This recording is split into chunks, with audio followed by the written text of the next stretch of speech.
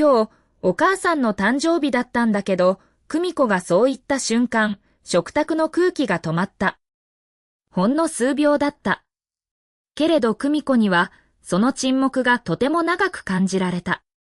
夫の和彦は、つけっぱなしのテレビから目を離し、面倒そうに振り返った。そうだっけ、それだけだった。高校2年生の健太は、ゲームの画面から目を上げなかった。先に言ってくれればよかったじゃん。今更言われても何もできないし、高校1年生の美優は、スマートフォンを指でなぞりながら、小さく肩をすくめた。ごめん。普通に忘れてた。友達の誕生日は通知が出るんだけど、同居している義父の人は、久美子が入れたお茶をすすり、鼻を鳴らした。いい年をして誕生日でもあるまい。来年祝えばいい久美子は、流し台の前で手を止めた。油のついた皿を持ったまま何も言えなかった。水道から流れ続ける水の音だけが、静かな台所に響いていた。その日は、久美子の48歳の誕生日だった。朝はいつもと同じ午前4時から始まった。目覚ましが鳴る直前、久美子は自然に目を覚ました。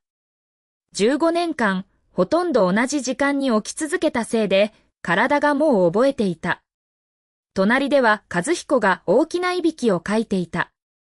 久美子は布団を静かに抜け出し、冷えた廊下へ出た。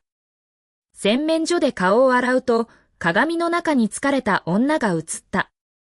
目の下には薄いクマがあり、こめかみには白い髪が増えていた。以前はもう少し明るい色の服を着ていた。髪を整え、口紅を塗って出かけたこともあった。いつからか自分に時間を使うことをやめていた。台所へ入り、冷たい水で米を研いだ。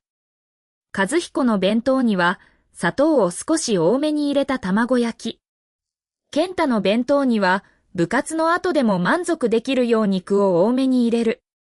美優の弁当には油を控え、彩りがきれいになるよう野菜を詰める。ニンには歯が弱くても食べやすいよう煮物を柔らかくして小さく切る。最後に残ったおかずを小さな箱へ入れる。それが久美子の弁当だった。5つの弁当箱が食卓に並んだ。午前5時になると洗濯機を回し、妊の薬を朝、昼、夜に分けた。午前6時前、和彦のワイシャツを確認した。前の晩、和彦は脱いだ服をソファに丸めて置いたままだった。久美子がアイロンをかけていると、2階から和彦の声が響いた。おい。靴下、どこだ、いつもの引き出しの右側よ、見つからない。持ってきてくれ、久美子はアイロンの電源を切り、2階へ上がった。靴下は引き出しの一番手前にあった。ここにあるじゃない、そんなところに入れたらわからないだろ。和彦は礼も言わず、久美子の手から靴下を取った。健太は階段を降りるなり、椅子に座った。飯、今よそうから少し待って、今日朝練なんだけど、わかってる。昨日時間を聞いたでしょ。美優は洗面所の鏡の前で髪を何度も結び直していた。お母さん。私のヘアピン、知らない、洗面台の2段目。白いケースの中よ、妊は杖をつきながら、ゆっくり居間へ出てきた。お茶はまだか。これでは薬が飲めん、今、持っていきます。久美子は火を見ながら、茶を入れ、味噌汁をよそい、ワイシャツを畳み、弁当を包んだ。誰もおはようと言わなかった。誰もありがとうと言わなかった。それがこの家の普通だった。和彦とは結婚して20年になる。15年前、妊が軽い脳梗塞を起こした。命に別状はなかったが、右足に少し麻痺が残り、長い距離を一人で歩くことが難しくなった。薬の種類も増え、入浴と通院には手助けが必要になった。和彦には妹がいたが、遠方に住んでいることを理由に、介助はほとんど久美子へ任された。当時、健太はまだ幼く、美優も生まれたばかりだった。久美子は夜泣きをする娘を抱きながら妊の薬を確認し、朝になると和彦の弁当を作った。家計が苦しくなるとスーパーのレジで働き始めた。最初は週に3日だけのつもりだった。けれど健太の部活動、美優の習い事、院の医療費が増えるたびに勤務日が増えた。高熱が出た日も腰を痛めた日も簡単には休めなかった。自分が休めばその月の支払いが足りなくなるからだ。家族を送り出した後、久美子は洗濯物を干し、部屋を掃除し、妊の病院へ連絡した。それから自転車でスーパーへ向かった。レジでは何時間も立ち続けた。昼休みになると、朝の残りを詰めた小さな弁当を開いた。同僚の佐藤が何度かパンを分けようとしてくれた。久美子さん、それだけで足りるの大丈夫。朝、少し味見したから、そう笑って断った。本当は腹が鳴るほど空いていた。その日の帰り道、久美子は精肉売り場の前で立ち止まった。いつもなら手を伸ばさない少し高い牛肉が並んでいた。財布の中身を確認し、しばらく迷った後、1パックだけカゴへ入れた。今日は誕生日だから。そう自分に言い聞かせた。ケーキ売り場の前も通った。小さな生クリームのケーキなら手が届かない値段ではなかった。けれど買わなかった。和彦が仕事帰りに買ってくるかもしれない。健太と美優が短い手紙くらい用意しているかもしれない。高い贈り物はいらなかった。ただ、覚えていてほしかった。夕方、久美子はすき焼きを作った。いつもより少し豪華な肉の匂いが家の中に広がった。和彦は帰宅すると何も言わずに上着をソファへ投げた。健太は玄関から自分の部屋へ直行した。美優はスマートフォンを見ながら友人と笑っていた。誰の手にもケーキの箱はなかった。それでも久美子は最後まで期待を捨てなかった。食卓に着けば誰かが思い出すかもしれない。いただきますもないまま家族は箸を伸ばした。和彦が肉を口に入れた。今日の肉、うまいな、久美子の胸に小さな明かりが灯った。今日は少しだけいい肉にしたの、毎日これでいいよ、和彦はテレビを見たままだった。健太は鍋から肉だけを取り、美優は野菜を選んだ。妊は久美子にもっと柔らかいところを取ってくれと言った。会話はそれで終わった。誰も久美子の誕生日には気づかなかった。食事の味が途中からわからなくなった。食後、和彦は皿を置いてソファへ戻った。健太はイヤホンをつけ、美優は友人とのやりとりを再開した。妊は空になった湯飲みを久美子の方へ少し押した。久美子は一人で食器を重ねた。流し台の前に立ち、冷たい水を出した。その時、もう一度だけ確かめたくなった。家族が本当に忘れているのか。今日、お母さんの誕生日だったんだけど、勇気を出していった。帰ってきたのは、謝罪でも驚きでもなかった。そうだっけ、先に言えばよかったじゃん。普通に忘れてた、来年祝えばいい。久美子は皿を置いた。20年間の結婚生活が一度に崩れたわけではない。小さな失望が毎日少しずつ積み重なっていた。体調が悪いと伝えても、夕食はどうするのかと聞かれた。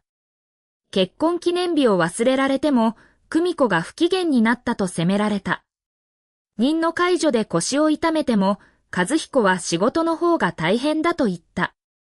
久美子はその度に我慢した。自分が耐えれば家族は平和でいられると思っていた。けれど、その我慢によって家族は優しくなったのではない。久美子が何も言わないことに慣れただけだった。胸の奥で長く張り詰めていた糸が音もなく切れた。不思議なほど怒りはなかった。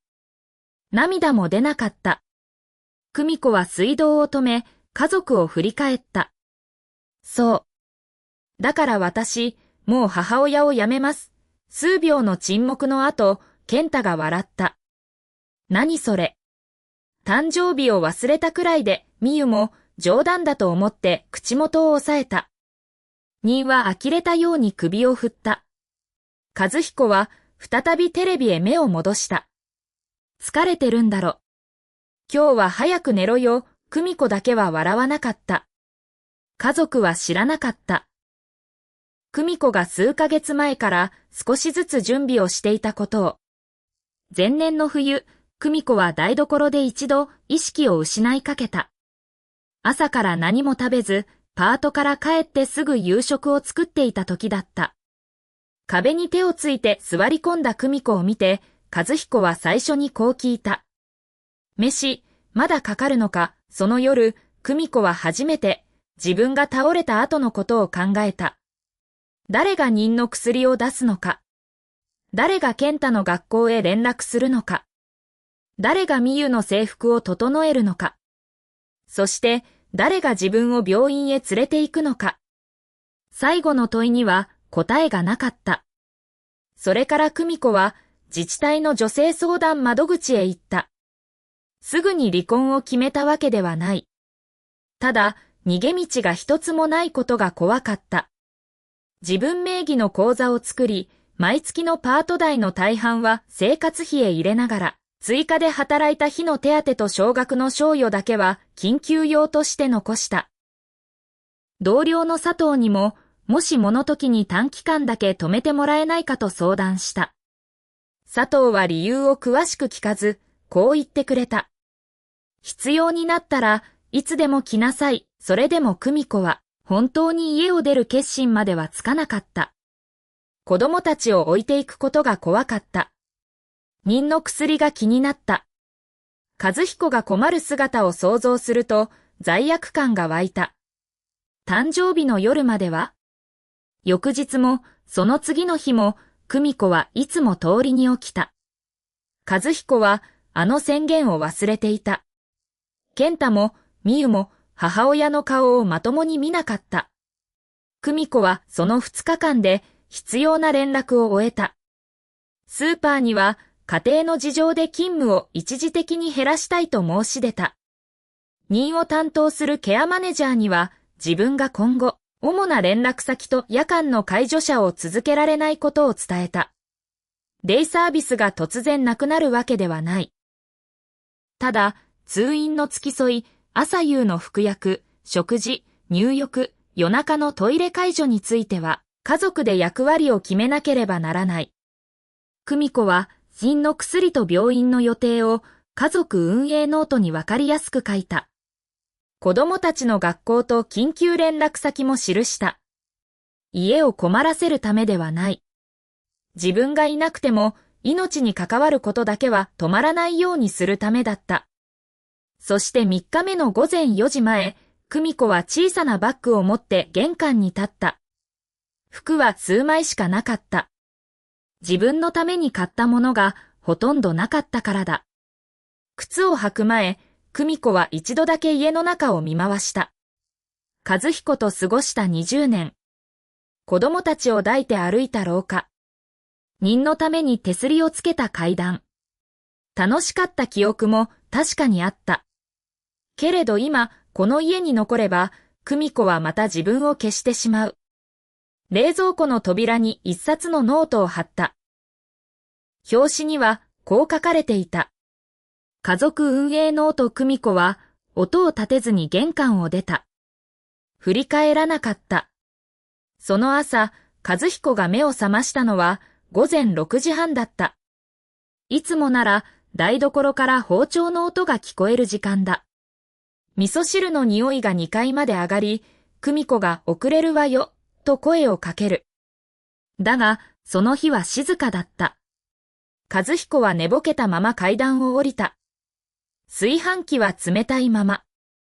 鍋は空。食卓には、きれいに洗われた5つの弁当箱が並んでいた。中身はすべて空だった。冷蔵庫には、家族運営ノートが貼られていた。和彦は表紙を見て、鼻で笑った。何が家族運営だ。大げさなノートを開かず、テーブルへ放り投げた。2階から健太が降りてきた。母さんは、俺の弁当、家を出たらしいわ。マジで誕生日を忘れたくらいで腹を立ててるんだろ。どうせ夕方には戻る。健太は一瞬だけ驚いた顔をした。だがすぐに笑った。じゃあ1000円ちょうだい。コンビニで買う。和彦は財布から1000円札を1枚出した。その直後、みゆがシワのついたブラウスを持って現れた。お母さん、アイロンしてないんだけど、今日は自分で何とかしろ、無理。もう家を出ないと遅刻する。別の服を着ろ。制服の下に着るもの、決まってるんだけど。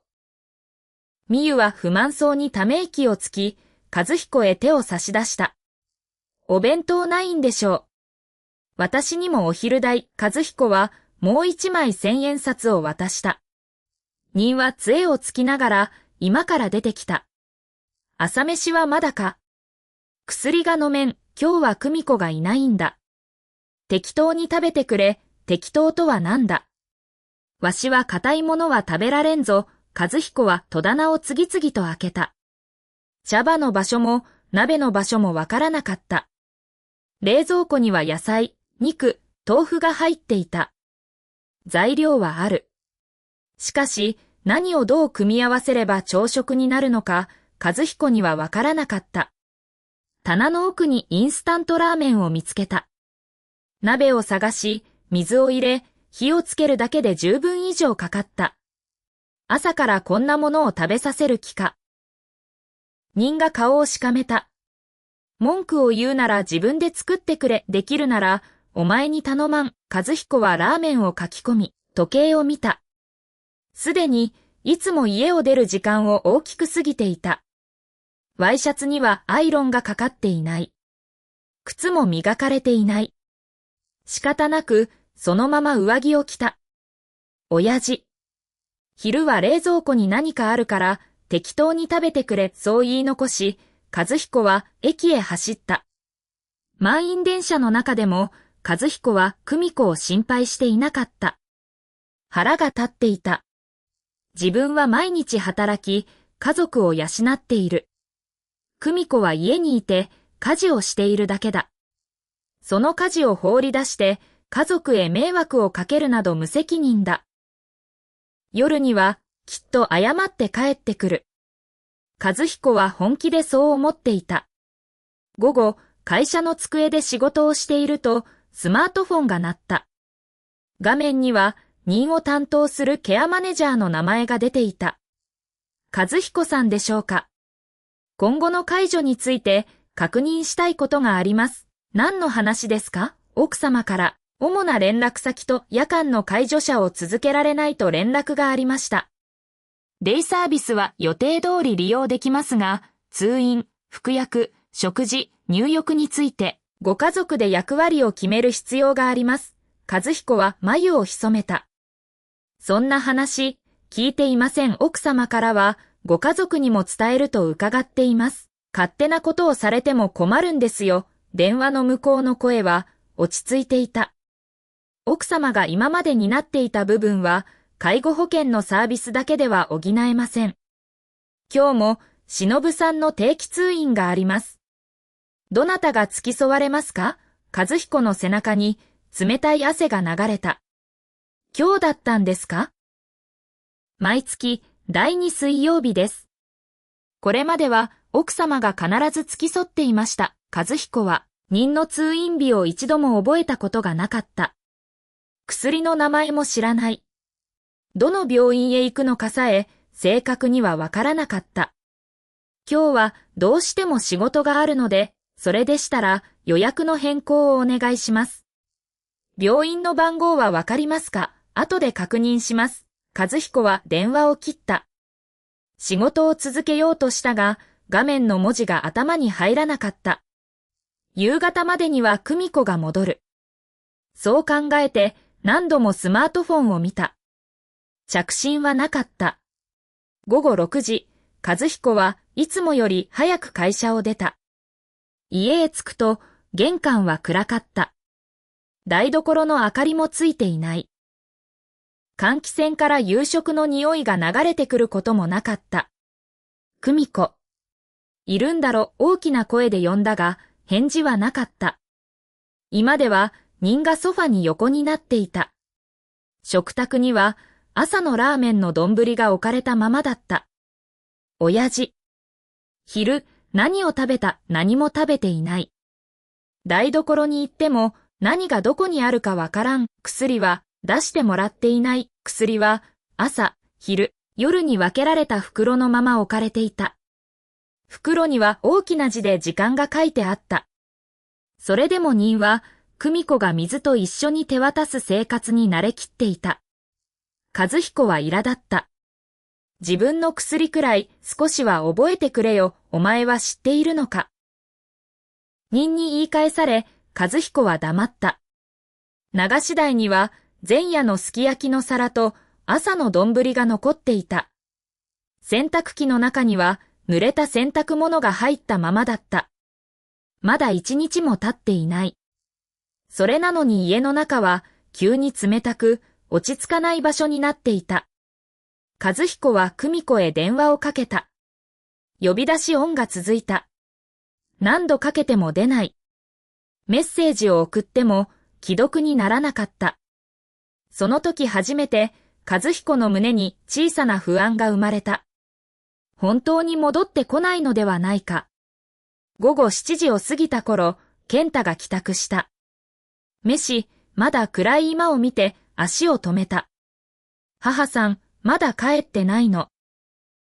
連絡もつかない。健太は舌打ちをしてスポーツバッグを床へ置いた。明日、試合用のユニフォームがいるんだけど、自分で洗い方知らない。縮んだらどうするんだよ。続いてみゆが帰ってきた。玄関へ入るなり、顔をしかめた。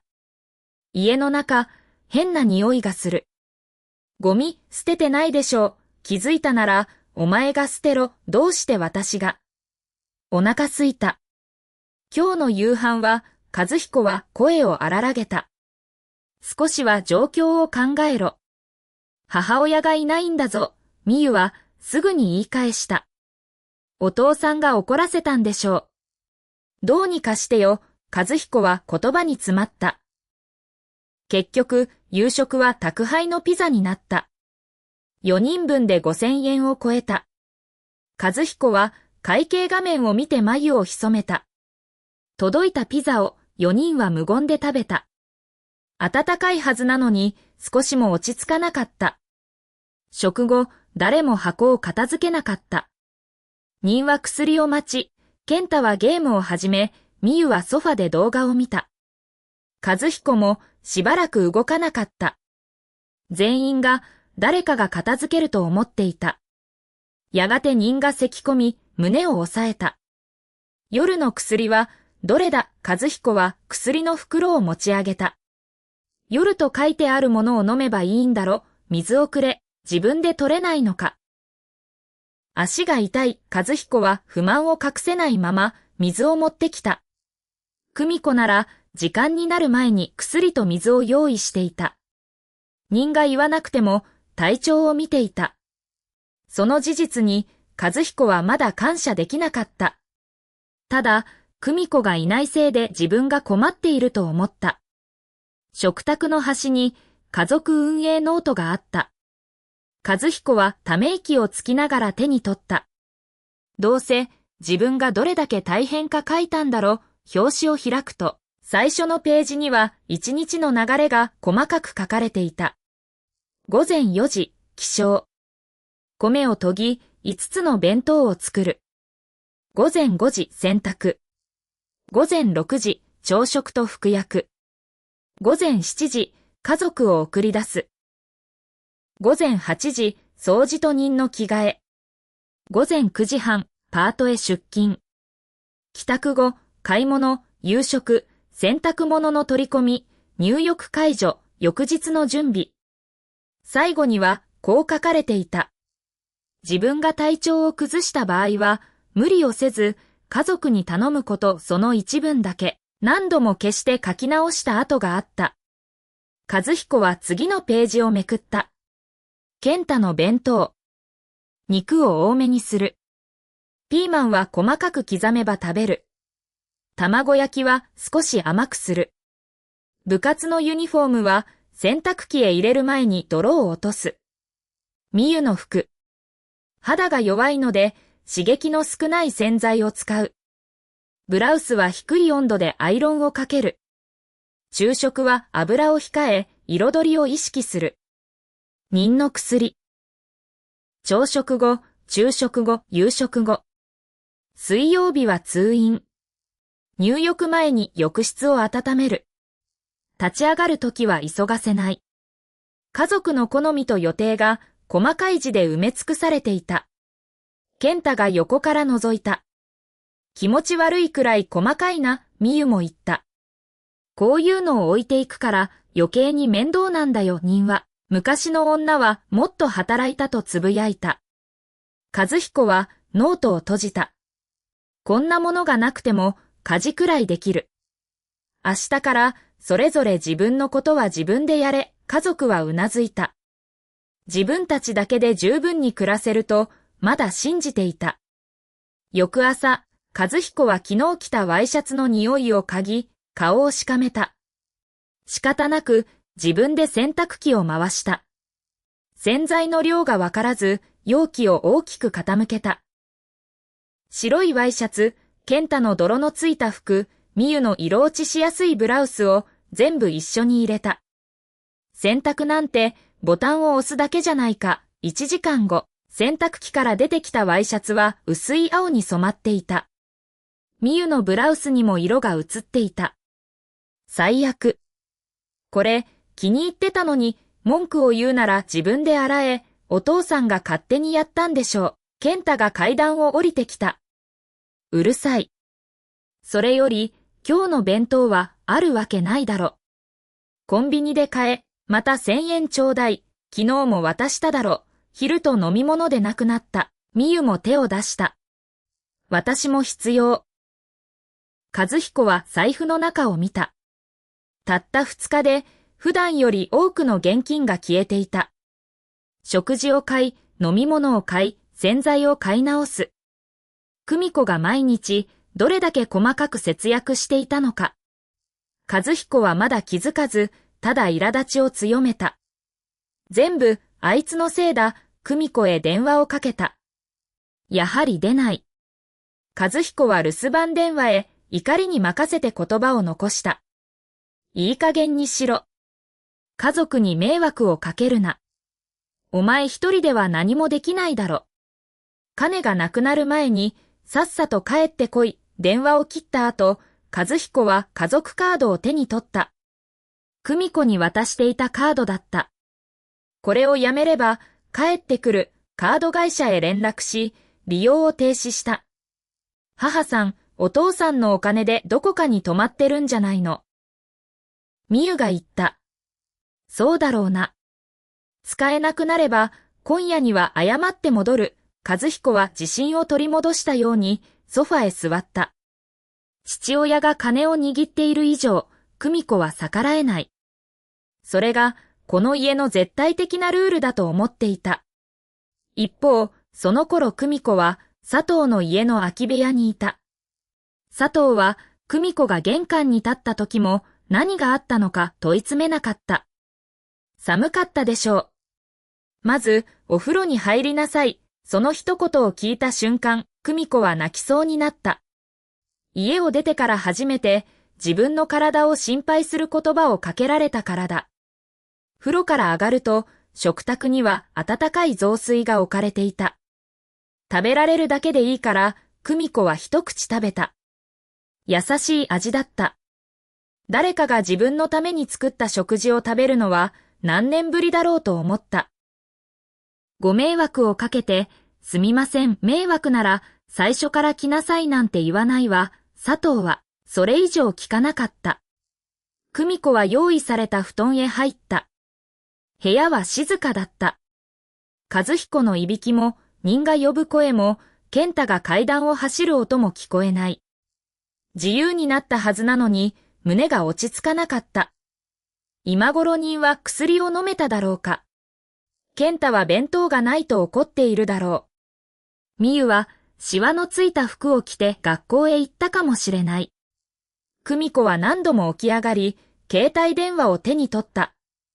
帰る理由ならいくらでも思いついた。家族が困っている。子供たちを置いてきた。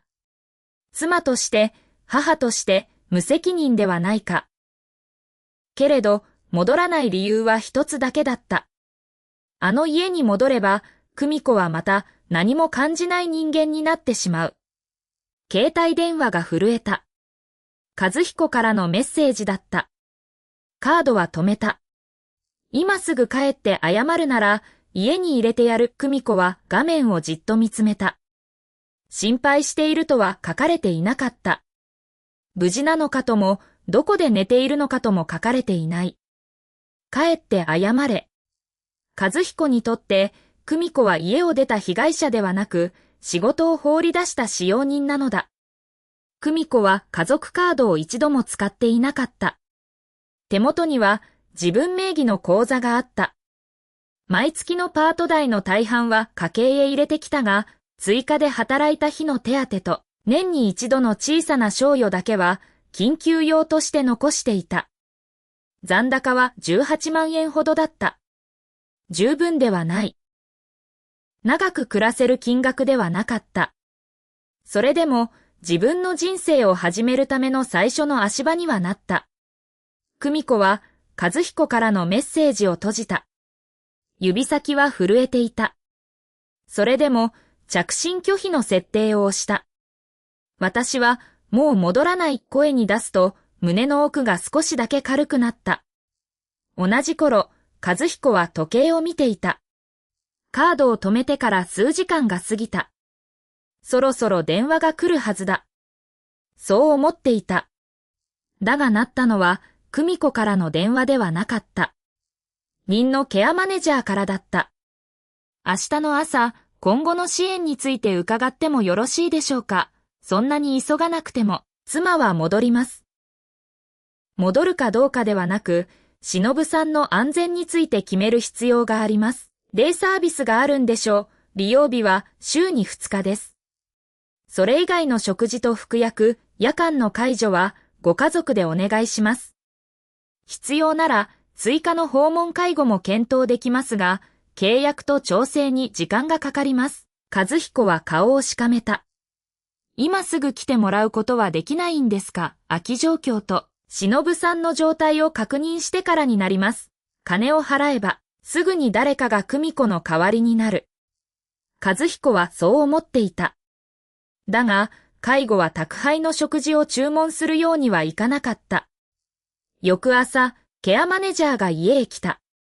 居間に入ると、食卓のピザ箱と流し台の皿を見た。何も言わなかったが、その表情だけで和彦は居心地が悪くなった。忍さん。昨夜の薬は飲みましたか。飲んだと思う。朝は。任は答えられなかった。和彦は薬の袋を数えた。前日の朝と昼の分が残っていた。ケアマネジャーは静かに言った。薬の管理は忘れた時に確認できる人が必要です。食事も水分も同じです。仕事があるのでずっと家にはいられません。奥様も仕事をされながら対応していたんですよね。その言葉に和彦は反射的に言い返そうとした。久美子はパートだ。自分の仕事とは違う。だが、口に出す前にテーブルのノートが目に入った。午前4時から夜まで続く予定。和彦は黙った。追加の訪問介護を申請します。ただし、すべてを任せることはできません。ご家族で分担してください。ケアマネジャーが帰ると、和彦は家の通帳を探した。ヘルパーを頼むにも金がかかる。家事代行も呼べばいい。自分の給料ならそれくらい払えると思っていた。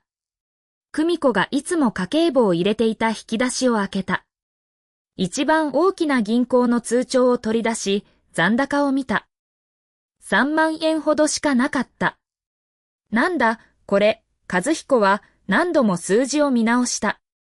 給料日はまだ先だった。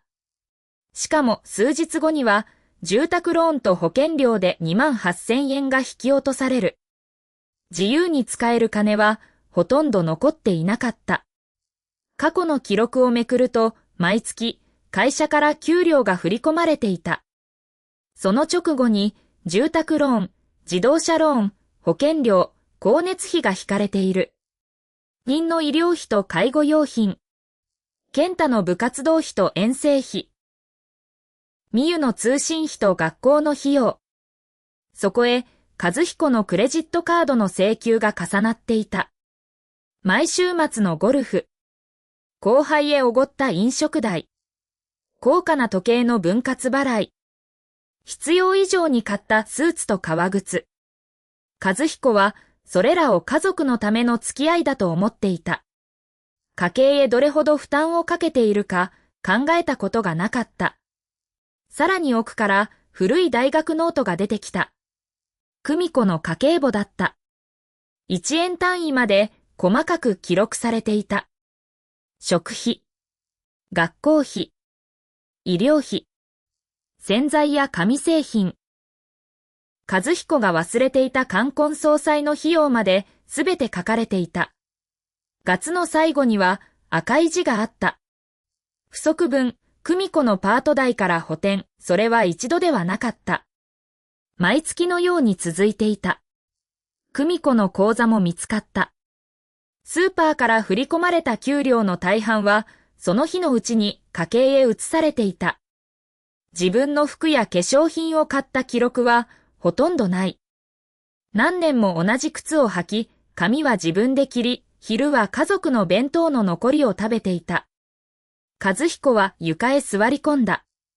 俺が養っていたんじゃないのか、これまで何度も久美子へ言った。誰のおかげで飯が食べられると思っている。俺が働いているから、この家は成り立っている。だが現実には、久美子の無給の家事と介助、そしてパート代がなければ、家計はずっと前に行き詰まっていた。和彦が養っていたのではない。久美子も同じように家族を養っていた。しかも自分の時間と体を削りながら。みゆが起きてきた。お父さん、何してるの？今日、友達と出かけるから5000円ちょうだい。和彦は、うつろな声で答えた。ない5000円でいいんだけど、その5000円がないんだ。そんなわけないでしょう。お父さん、会社員じゃん。和彦は家計簿をみゆの前へ置いた。この家には自由に使える金がほとんどない。母さんの給料まで使ってやっと暮らしていたんだ。みゆは最初は意味がわからない顔をした。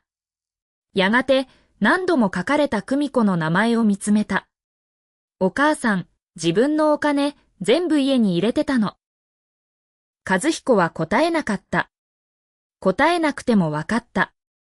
ここまで聞いてくださってありがとうございます。久美子が家事だけでなく、生活費まで長く支えていた事実を知って、皆さんはどう感じましたか？今、どの町や国からこの物語を聞いているのか、差し支えなければコメントで教えてください。皆さんの言葉を読めることが物語を届ける大きな励みになります。その日の午後、学校から電話が入った。健太くんの弟様でしょうか？生活指導の担当です。和彦は嫌な予感を覚えた。健太が同級生と口論になり、相手のスマートフォンを床へ落として壊したという。怪我は軽い擦り傷だけだった。しかし、今年に入って2度目の生活指導だった。前にもあったんですか？教師は少し驚いたように答えた。前回はお母様が来られました。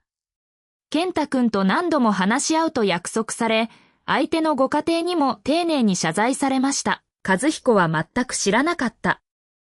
今から学校へ来ていただけますか？これから仕事が。言いかけて、やめた。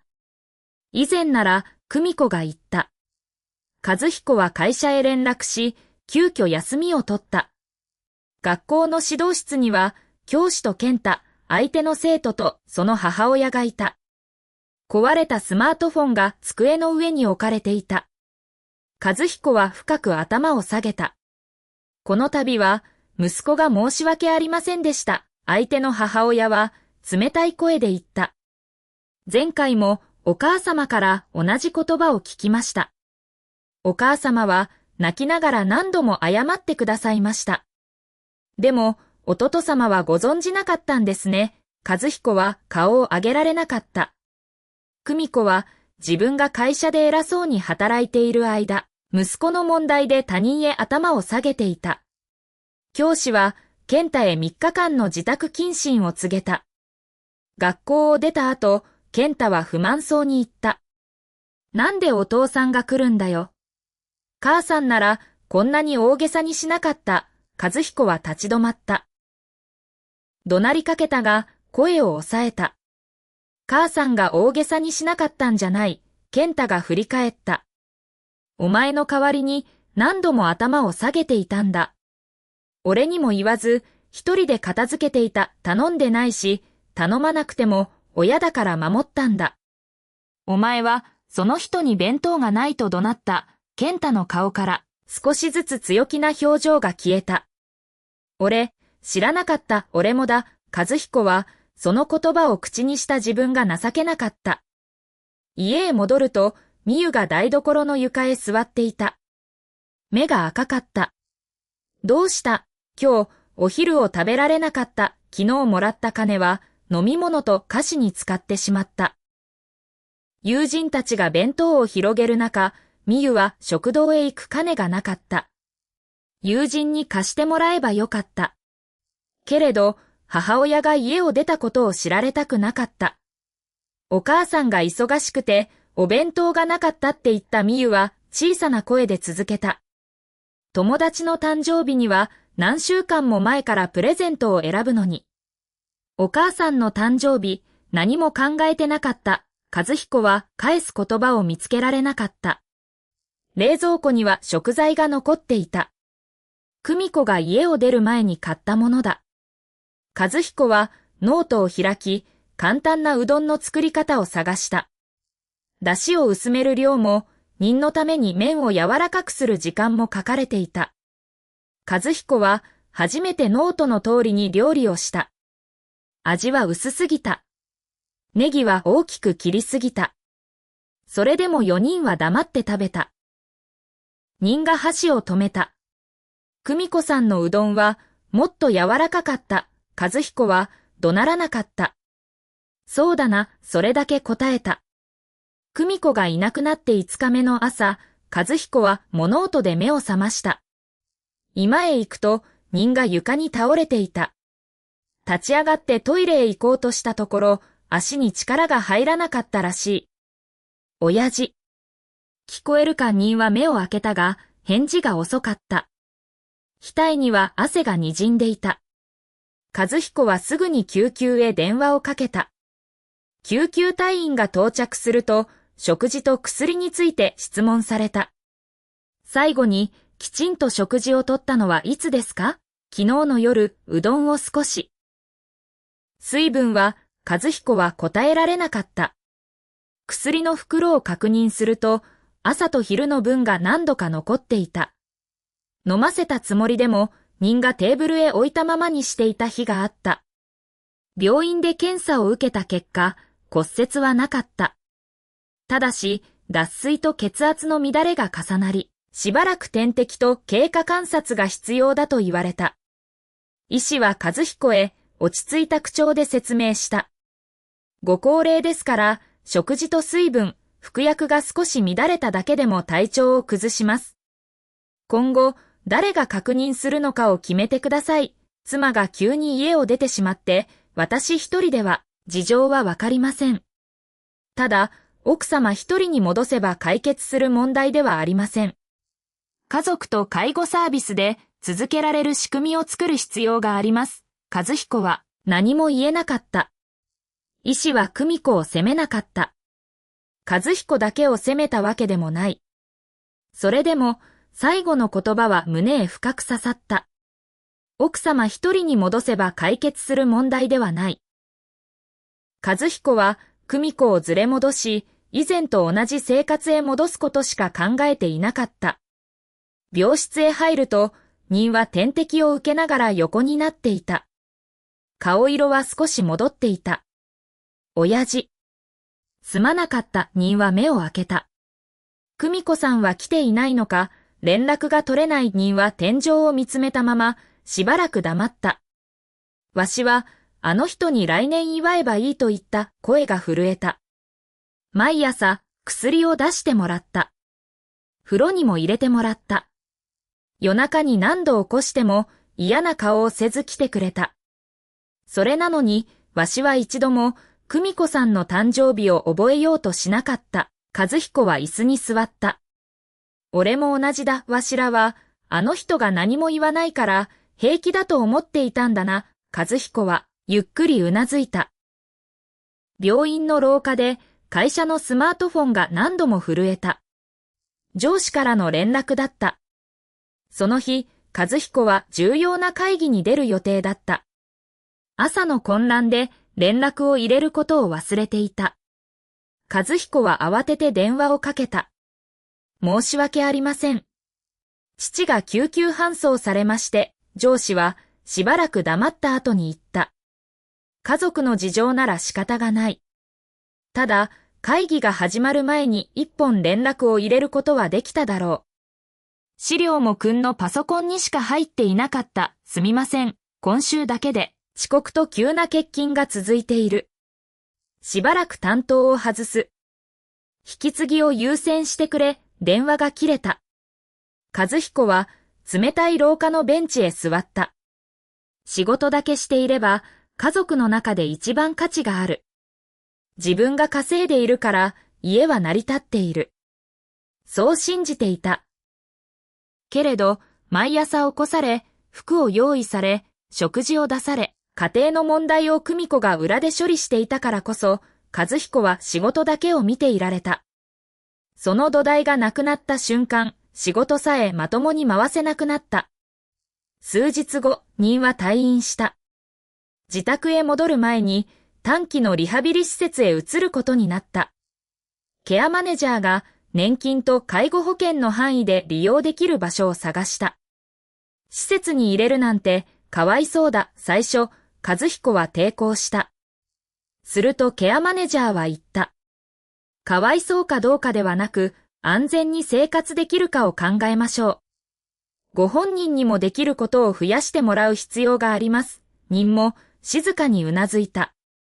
久美子さんに全部させていた生活へ戻るより、わしも練習した方がいい。和彦は反対できなかった。会社では、和彦の担当が正式に変更された。解雇されたわけではない。給料がすぐに半分になったわけでもない。ただ、主要なプロジェクトから外され、期待していた賞与と昇進は遠のいた。上司からは、家庭の事情を理由にするのではなく、連絡と引き継ぎを徹底するよう厳しく注意された。和彦は初めて自分の生活を自分で管理しなければならなくなった。朝は目覚ましを3つ設定した。ワイシャツは前の晩に洗った。弁当を作る余裕はなく、おにぎりを買った。帰宅すると流し台には朝の食器が残っていた。健太は自宅謹慎中で部屋にこもっていた。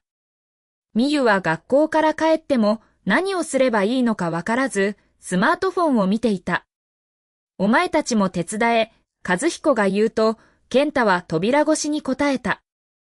何をすればいいんだよ、自分で考えろ、お父さんだってわかってないじゃん、その通りだった。和彦は家族運営ノートを食卓へ置いた。今日はこの通りにやる。健太には米を研がせた。みゆには洗濯物を分けさせた。和彦は冷蔵庫の材料を確認し、買い物の一覧を作った。最初の晩、健太は水の量を間違え、米を柔らかくしすぎた。みゆは洗濯表示の意味がわからず、久美子が使っていた洗剤を一つずつ調べた。和彦は野菜を切るのに時間がかかり、夕食ができたのは午後9時を過ぎてからだった。誰も文句を言わなかった。文句を言えば自分が作るしかないと分かっていたからだ。食後、健太がノートを開いた。母さん、俺のユニフォーム、先に泥を落としてたんだな。洗濯機へ入れるだけじゃ落ちなかっただろ、俺。毎回、まだ汚れてるって文句を言ってたみゆも自分のページを見ていた。肌が荒れないように洗剤を変えてたんだ。知らなかったのか、お父さんも知らなかったでしょう。和彦は何も言えなかった。健太が最後のページをめくった。見出しには、私のこと、と書かれていた。その下は真っ白だった。なんで何も書いてないんだ、みゆが尋ねた。お父さん。お母さんの好きな食べ物、知ってる。和彦は答えようとした。すき焼きだっただろうか。魚が好きだったかもしれない。けれど、確かなものが一つも思い出せなかった。久美子はいつも家族の残したものを食べていた。行きたかった場所は、健太が続けた。趣味は、好きな色は、和彦は首を横に振った。知らない三人の間に重い沈黙が流れた。久美子は家族の好みをすべて知っていた。家族は久美子が何を好きなのか一つも知らなかった。みゆは白いページに触れた。お母さん、自分のことを書く時間がなかったのかな。和彦はその言葉に胸を締め付けられた。ノートを閉じようとしたとき、裏表紙の内側から薄い封筒が落ちた。表には久美子の字で書かれていた。私が帰らない理由、和彦は震える指で封を開けた。中には便箋が2枚入っていた。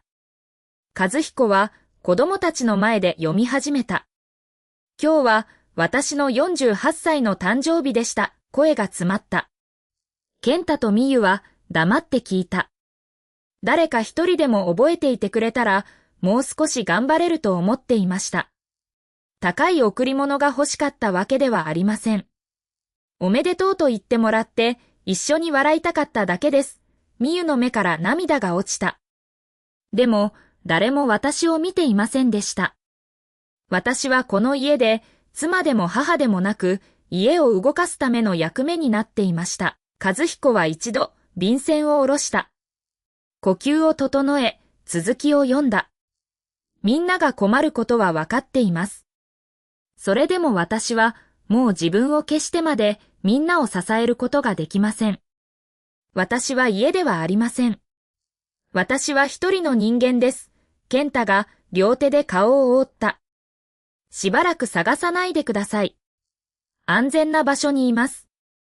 子供たちに緊急のことがあれば学校を通して連絡してください。家族を憎んでいるから出ていくのではありません。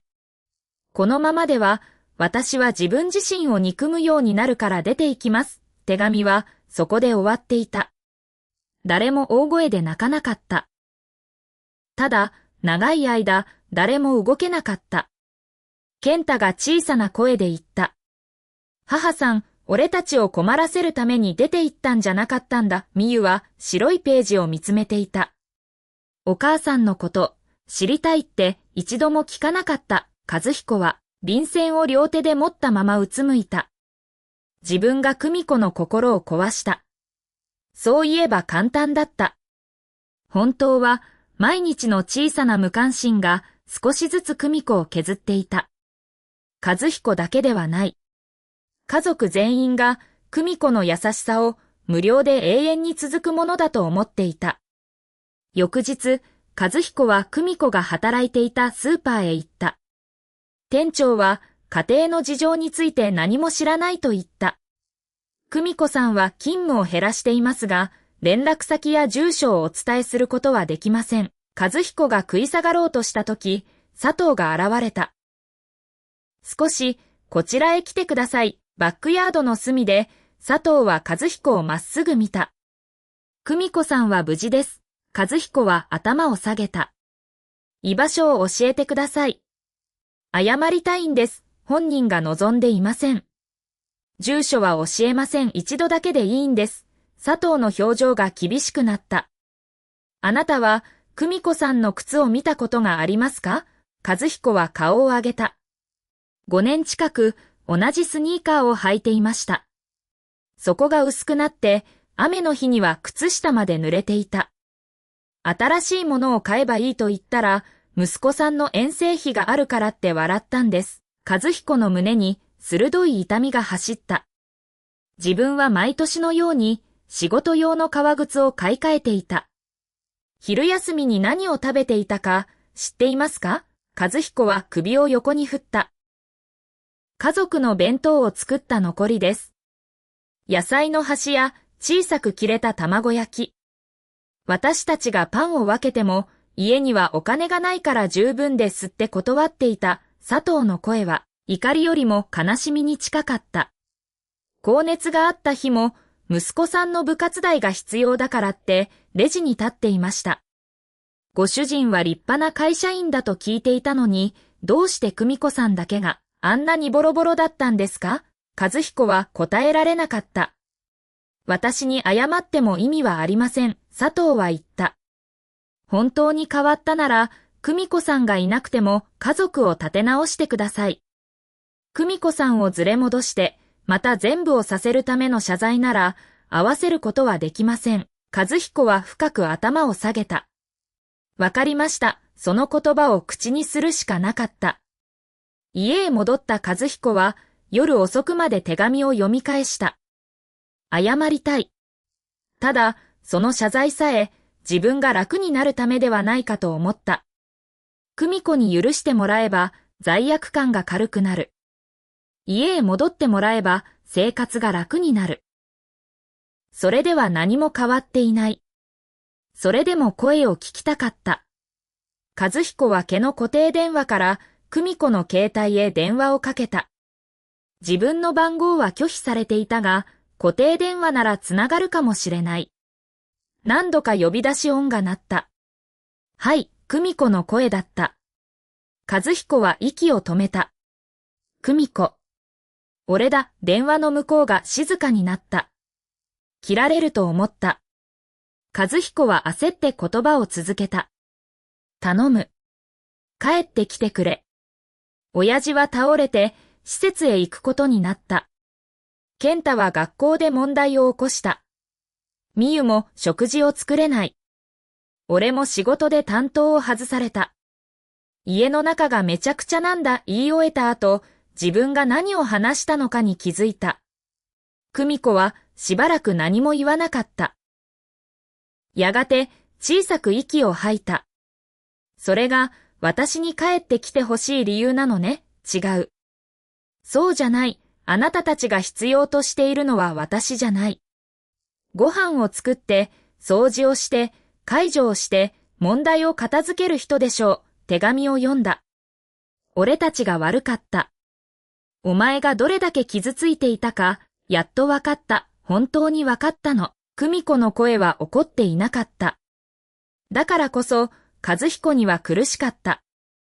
今、あなたが話したのは、全部あなたたちが困っていることよ。私がどこで寝ているのか。ちゃんと食べているのか。怖い思いをしていないのか。一つも聞かなかった。和彦は電話を握ったまま目を閉じた。すまない。久美子。今、どこにいる？体は大丈夫か？今になって聞くのね。遅すぎるのはわかってる。私は安全です。食事もしています。眠れる場所もあります。和彦は初めて少しだけ安心した。帰ってきてくれとはもう言わない言葉にするまで時間がかかった。でも一度だけ会って謝らせてほしい。今は会えません。そうか、私は戻りません。少なくとも今までと同じ家には戻りません。わかった。和彦は涙をこらえながら続けた。本当にすまなかった。その言葉を本当に理解できるようになったらまた話しましょう。電話は静かに切れた。和彦は受話器を置いた。久美子を連れ戻すことには失敗した。だが初めて戻らないという久美子の意思を否定せずに聞いた。皆さんが久美子の立場なら、ここで家に戻るでしょうか。それとも、家族が自分たちの力で変わるまで距離を置くでしょうか。正解は一つではないと思います。感情が落ち着いた時に、自分ならどんな条件を求めるか、よければコメントで静かに聞かせてください。それからの6週間、和彦たちの生活は少しずつ変わった。何か一つの出来事で全員が急に立派になったわけではない。健太は最初の数日、母親が戻らない現実を受け入れられなかった。食卓へ座るたびに、久美子が作っていた弁当のことを思い出した。部活の仲間が当たり前のように弁当を広げる中、自分だけがコンビニのおにぎりを食べる日が続いた。以前なら弁当の肉が少ないだけで文句を言った。卵焼きの形が崩れていると手をつけずに残したこともある。今は自分で作るしかなかった。最初の卵焼きは外側が焦げ、中は半分製だった。健太は一口食べて顔をしかめた。それでも捨てなかった。久美子が失敗した料理を家族に出さないため何度も味を見ていたことを思い出したからだ。健太は週末、近所の飲食店で短時間のアルバイトを始めた。壊したスマートフォンの弁償を和彦だけに任せないためだった。初めて給料を受け取った日、封筒の中の金額を見て、健太は長く黙っていた。1ヶ月働いても、母親が毎月家計へ入れていた額には届かなかった。母さん、これをずっとやってたんだな、健太がつぶやくと、和彦は答えた。家の仕事も全部やりながらな美優も、家事を覚え始めた。最初は自分の服だけを洗っていた。だが、和彦のワイシャツと健太の体操服が洗濯かごに残っているのを見て、少しずつ一緒に洗うようになった。ただし、誰か一人が全部を抱えないよう、家族で曜日を決めた。月曜日と木曜日は和彦。火曜日と金曜日は美優。水曜日と土曜日は健太。日曜日は全員で掃除をする。美優は久美子が使っていた小さなハンドクリームを見つけた。容器はほとんど空だった。子供の頃、母親の手を見て、ザラザラして嫌だ、と言ったことを思い出した。その手は、冷たい水で家族の皿を洗い、制服へアイロンをかけ、熱を出した自分の額を撫でてくれた手だった。美優は、洗い物を終えるたびに手へクリームを塗るようになった。そして、久美子の分も新しいものを1本買った。渡せる日が来るかはわからなかった。それでも、引き出しの奥へ大切にしまった。和彦は家計を一から見直した。ゴルフの会員契約を解約した。後輩へ見栄を張っておごることもやめた。高価な時計を2本売り、クレジットカードの残高を減らした。車も手放すことを考えたが、任の通院に必要になる可能性があるため、維持費の安いものへ買い替える計画を立てた。会社では、以前より目立たない仕事を任された。最初は屈辱だと感じた。だが、自分の都合で周囲へ迷惑をかけた事実から逃げず、引き継ぎと連絡を丁寧にするようになった。上司はすぐに評価を戻さなかった。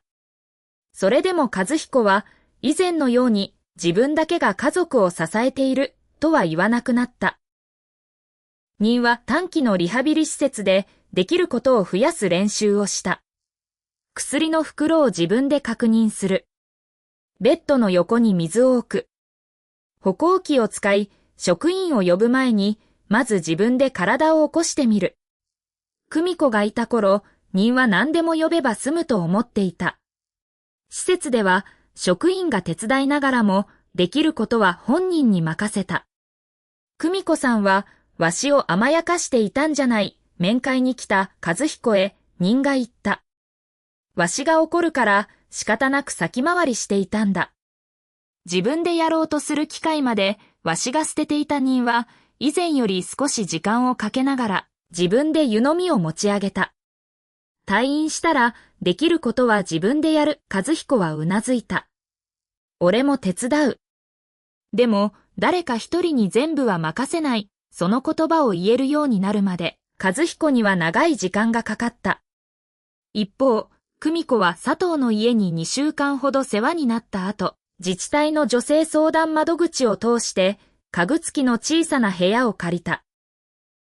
家賃は35,000円だった。築年数は古く、台所も狭かった。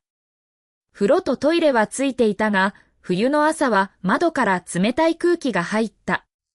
それでも自分だけの鍵があった。誰かが突然ドアを開けて、食事や薬を要求することはない。初めて部屋へ入った日、久美子は床へ座り、しばらく動けなかった。自由になった喜びよりも不安の方が大きかった。これから家賃を払い、食費を払い、働き続けなければならない。48歳から新しい仕事を探すことも簡単ではない。夜になると子供たちのことを考えた。健太は学校へ行っているだろうか。美優は泣いていないだろうか。母親として戻るべきではないかという罪悪感が何度も胸を締め付けた。その度に久美子は自分の手紙を思い出した。このままでは自分自身を憎むようになる。子供たちを愛しているからこそ憎しみでいっぱいになる前に離れる必要があった。久美子はスーパーの勤務を続けた。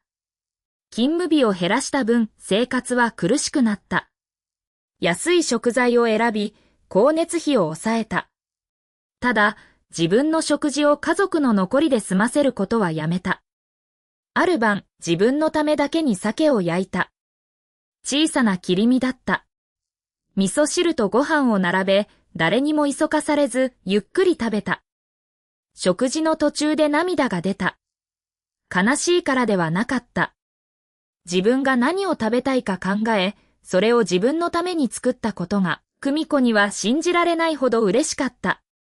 以前から興味のあった医療事務の講座にも申し込んだ。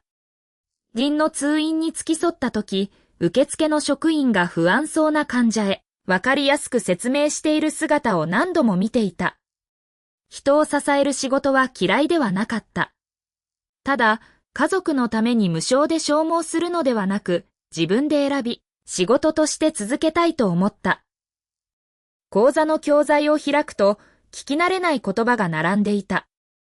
何度読んでも理解できず、机へ伏せた夜もあった。今更無理なのかな弱気になると、佐藤が電話で言った。今更じゃないわ。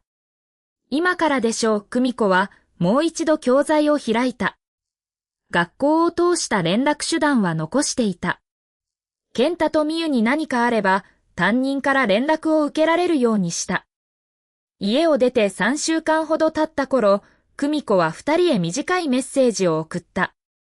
私は安全です。あなたたちを嫌いになったわけではありません。でも、母親である前に、一人の人間として立ち直る時間が必要です。今すぐ返事をしなくても大丈夫です。健太からの返事は、翌日に届いた。母さん、ごめん。弁当を作ってもらって当然だと思ってた。俺、自分で作り始めた。まだ下手だけど、もう文句を言わない美優からは長い文章が届いた。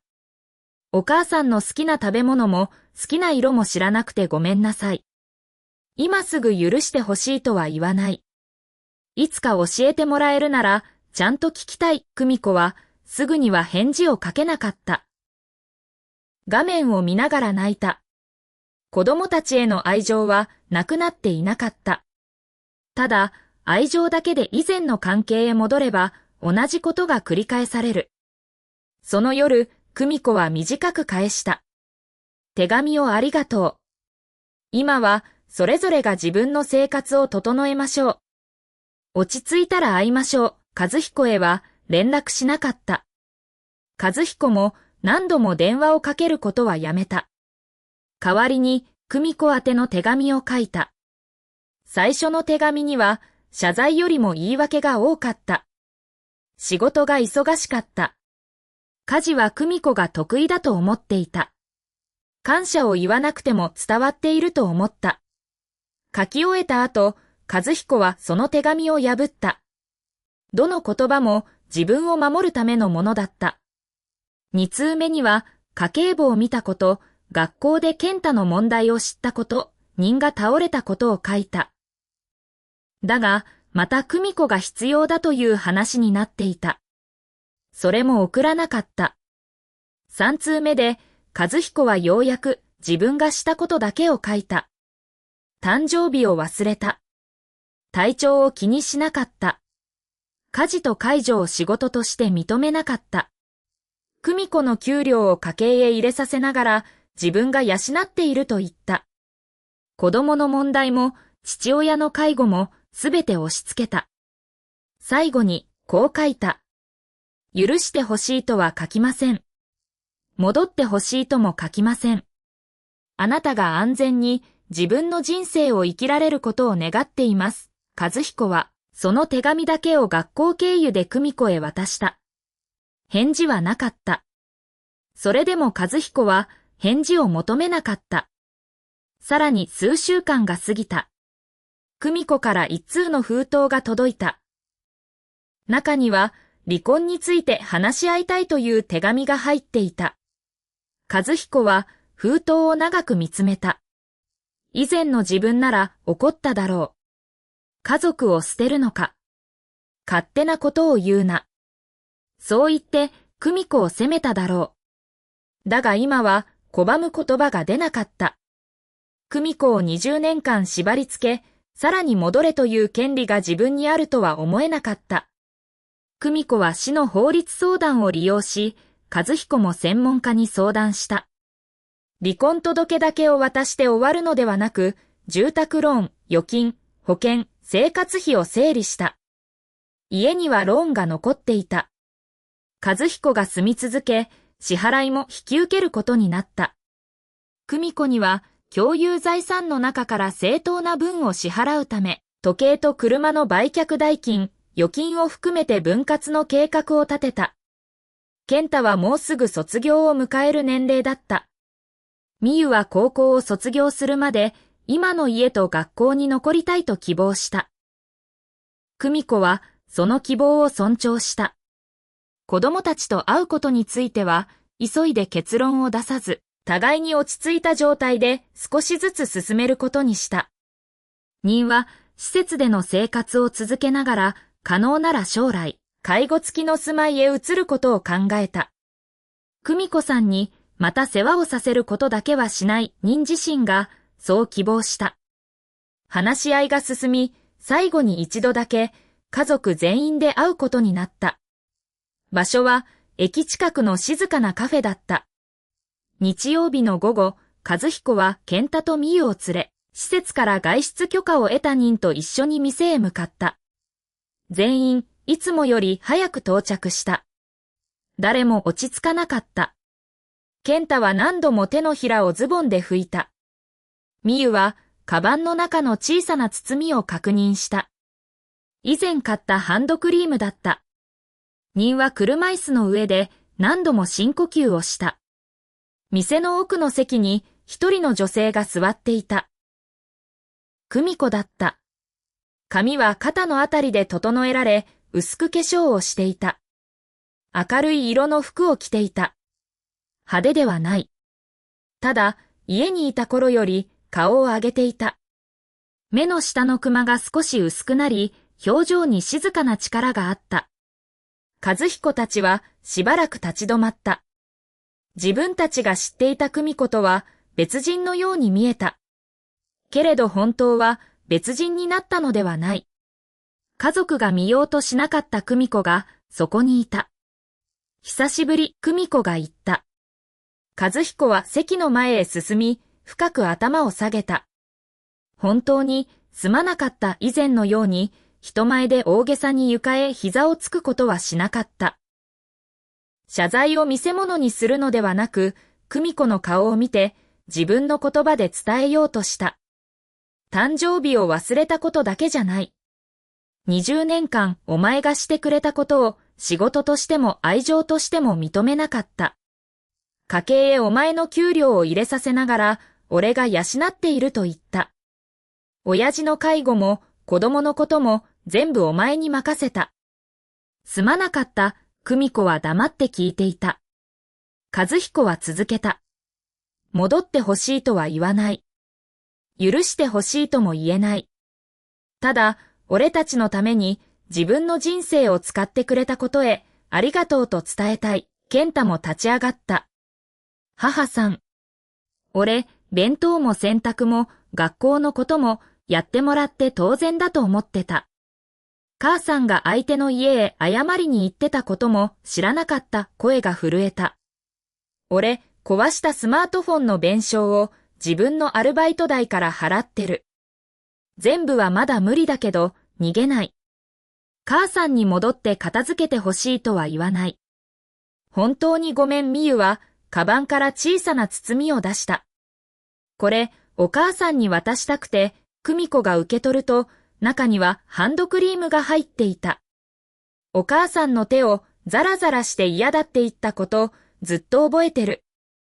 あの手で毎日私の服を洗って髪を結んでくれたのに、みゆは涙を拭いた。お母さんの好きなものを一つも知らなかった。今すぐ許してもらおうとは思ってない。でも、いつか会えたら好きな食べ物とか行きたい場所とかちゃんと聞きたい。任も車椅子の上で深く頭を下げた。久美子さん。毎日世話をしてもらいながら礼も言わずひどい言葉を言った。わしは自分でできることまであなたにさせていた。本当に申し訳なかった。久美子はしばらく何も言わなかった。カフェの中には食器が触れ合う小さな音と遠くの会話が聞こえていた。やがて久美子は静かに口を開いた。その言葉が聞けてよかった。和彦の目にわずかな希望が浮かんだ。久美子はその希望を誤解させないように続けた。でも私は戻りません。和彦は唇を噛み、ゆっくりうなずいた。ああ。わかっている。私は家ではないから、わかっている。和彦はもう一度答えた。久美子は健太とみゆを見た。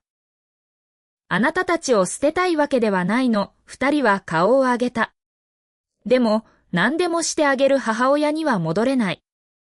これからは一人の人間として会いたい。私にも疲れる日があるし、できないこともある。断ることもある。それでもいいなら、少しずつ関係を作り直したい。健太がうなずいた。うん。待つ。みゆも続いた。私、お母さんの都合を先に聞く。久美子は少しだけ笑った。それは以前の家族へ戻る約束ではなかった。新しい距離と新しい関係を作るための小さな始まりだった。和彦は署名を終えた離婚届と話し合いの内容をまとめた書類をテーブルへ置いた。必要なところは全部確認した。約束した支払いも守る。久美子は書類を確かめ、カバンへ入れた。ありがとう。和彦は久美子の表情を見た。以前ならその一言を復縁の希望だと思っただろう。今は違った。感謝は戻る約束ではない。許しは以前の関係を再開することでもない。久美子が自分の意思で選んだ言葉としてそのまま受け取った。私は医療事務の勉強を始めたの。久美子が言った。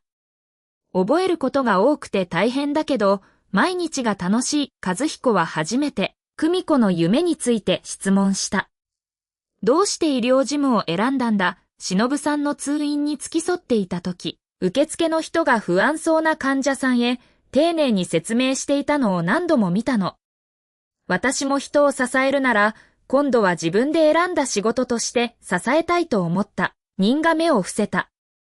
わしの通院が少しでも役に立ったならよかった。忍さんのおかげという意味ではないわ。久美子は穏やかに、しかしはっきり言った。任は一瞬驚き、それから小さくうなずいた。そうだな。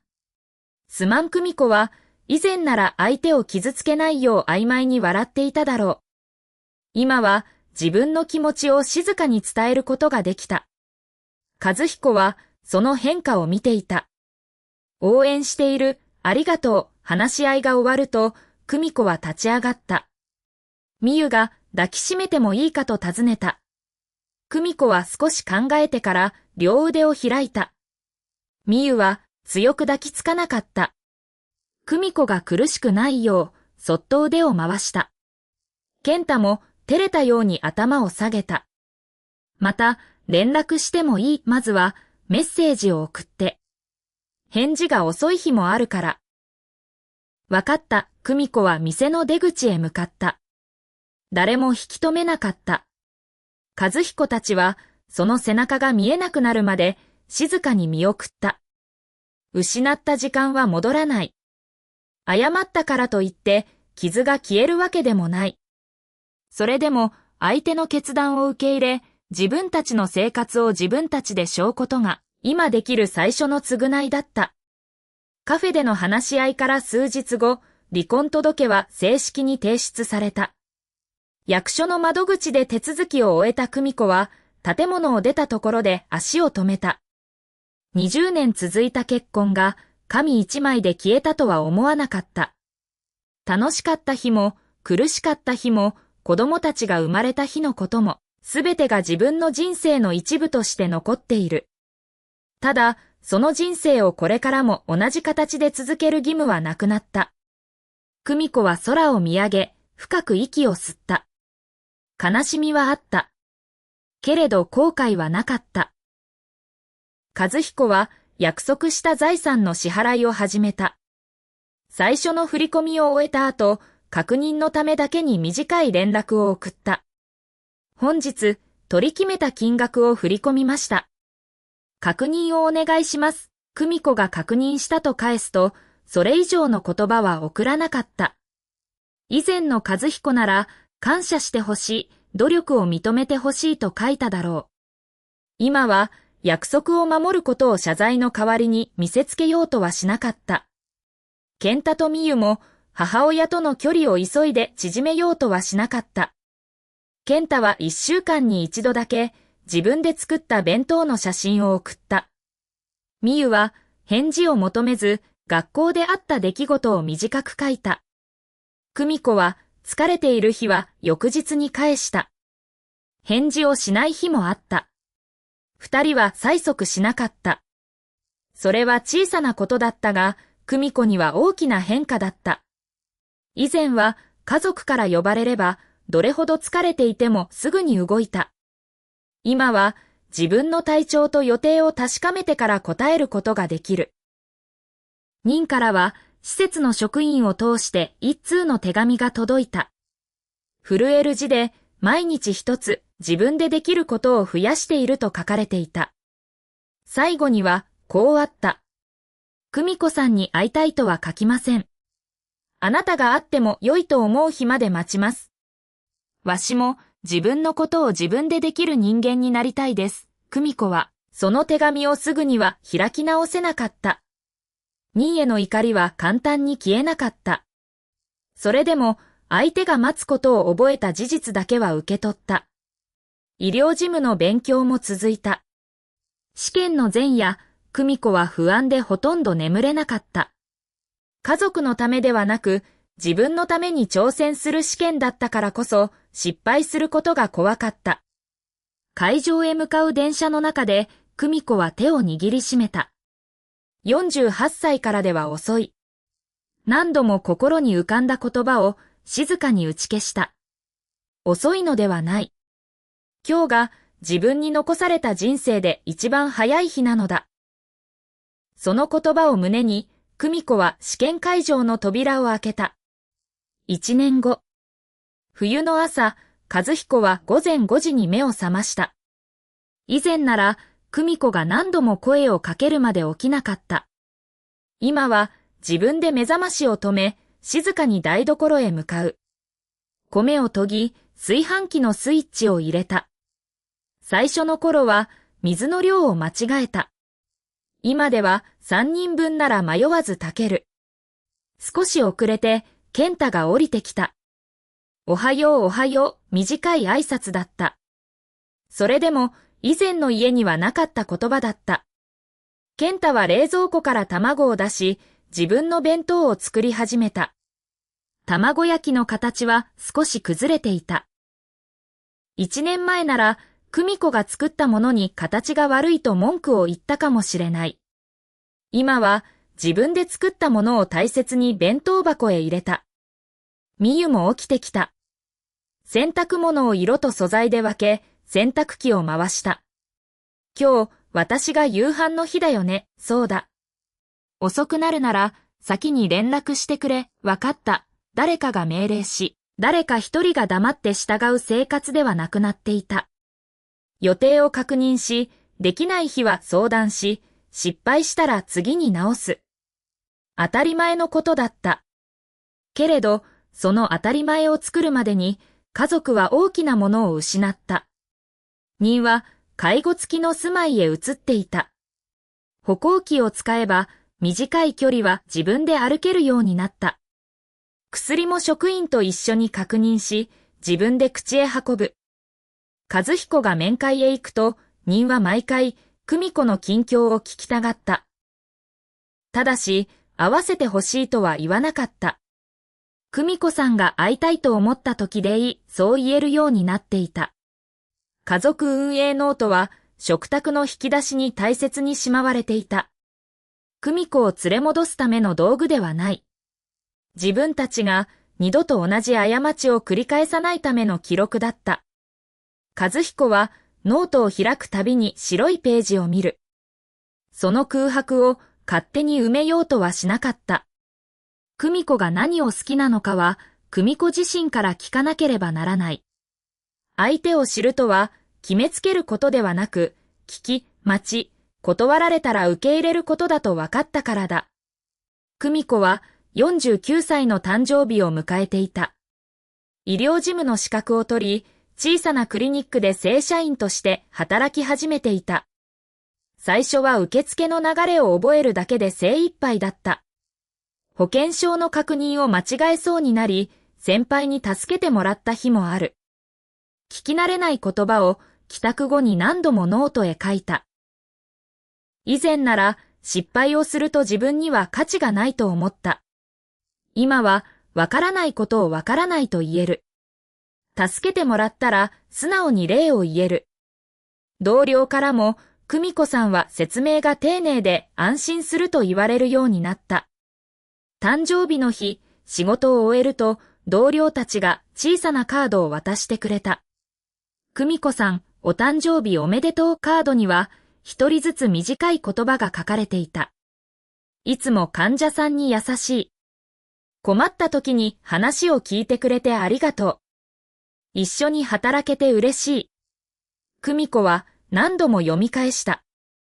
家へ帰る途中、静かなカフェへ入った。窓際の席に座り、小さなケーキと紅茶を注文した。ケーキにはろうそくを一本だけ立ててもらった。年齢の数ではない。自分の人生を取り戻してから1年目を終えた印だった。店員が笑顔でケーキを運んできた。お誕生日おめでとうございます。久美子はまっすぐ顔を上げた。ありがとうございます。1年前、家族から聞けなかった言葉だった。けれど今は誰かに祝ってもらえなければ自分の価値がなくなるとは思わない。自分で自分の誕生日を覚えている。自分が生きてきた時間を自分で大切にできる。それだけで十分だった。健太とみゆとは月に一度ほど会うようになっていた。最初の面会では会話が途切れるたびに全員が緊張した。健太は自分で作った弁当の写真を見せた。卵焼き少しうまくなった。久美子は笑った。本当ね。最初より綺麗。健太は褒めてもらうことより自分で続けられたことを嬉しそうに話した。みゆは久美子の好きな紅茶を少しずつ覚えた。お母さん、果物の香りが強いものより普通のアールグレーが好きなんだよね。そう。よく覚えていたわね。前に聞いたから、以前のみゆなら、母親の答えを最後まで聞かなかったかもしれない。今は質問をして答えを待つようになった。久美子も無理な日は会わないと伝えた。仕事で疲れている日。一人で過ごしたい日。勉強の予定がある日。子供たちは最初は寂しそうにした。それでもわかった。また今度と返せるようになった。親子の関係は少しずつ変わっていた。以前のように母親がすべてを与え、子供が受け取るだけではない。互いの都合を聞き、約束を守り、できないことを責めない。久美子が望んでいたのは特別な扱いではなかった。一人の人間として扱われることだった。和彦とは必要な連絡だけを交わした。復縁するつもりはなかった。離婚を選んだことを後悔もしていない。ただ、和彦を憎み続けるために自分の時間を使うこともやめた。和彦から誕生日の朝に短いメッセージが届いた。誕生日おめでとう。返事は必要ありません。穏やかな一日になりますように、久美子はしばらく画面を見つめた。以前の和彦なら返事を求めただろう。自分が祝ったことを評価してほしいと思っただろう。今の言葉には要求がなかった。久美子は短く返した。ありがとう、それだけだった。それで十分だった。カフェの窓から冬の柔らかな光が差し込んでいた。久美子はろうそくの火を見つめた。家を出た朝、自分がこれほど穏やかな誕生日を迎えられるとは思っていなかった。冷たい部屋で眠れない夜もあった。金の不安に押しつぶされそうになった日もあった。教材を閉じて全部投げ出したくなったこともある。それでも自分で選んだ苦労は以前の苦しみとは違った。誰かに価値を否定されながら耐える苦労ではない。自分の未来を作るための苦労だった。久美子は目を閉じた。願い事を考えようとしてやめた。今の自分は願いが叶うのを待つだけではない。望む場所へ向かって自分で歩ける。小さく息を吹きかけた。ろうそくの炎が揺れ、静かに消えた。1年前の誕生日の夜、家族は久美子の存在を忘れていた。今、久美子は自分自身の存在を心から祝っていた。もう誰かのための便利な道具にはならない。妻や母という役割だけで自分を決めることもしない。久美子は一人の人間として自分の人生の主役を生きていた。最後まで聞いてくださってありがとうございました。久美子が離婚を選び、家には戻らず、子供たちとは新しい距離で関係を作り直した決断を皆さんはどう思いますか？似た経験や心に残った場面があれば、無理のない範囲で共有してください。この物語が心に残ったら、動画への高評価とチャンネル登録で応援していただけると嬉しいです。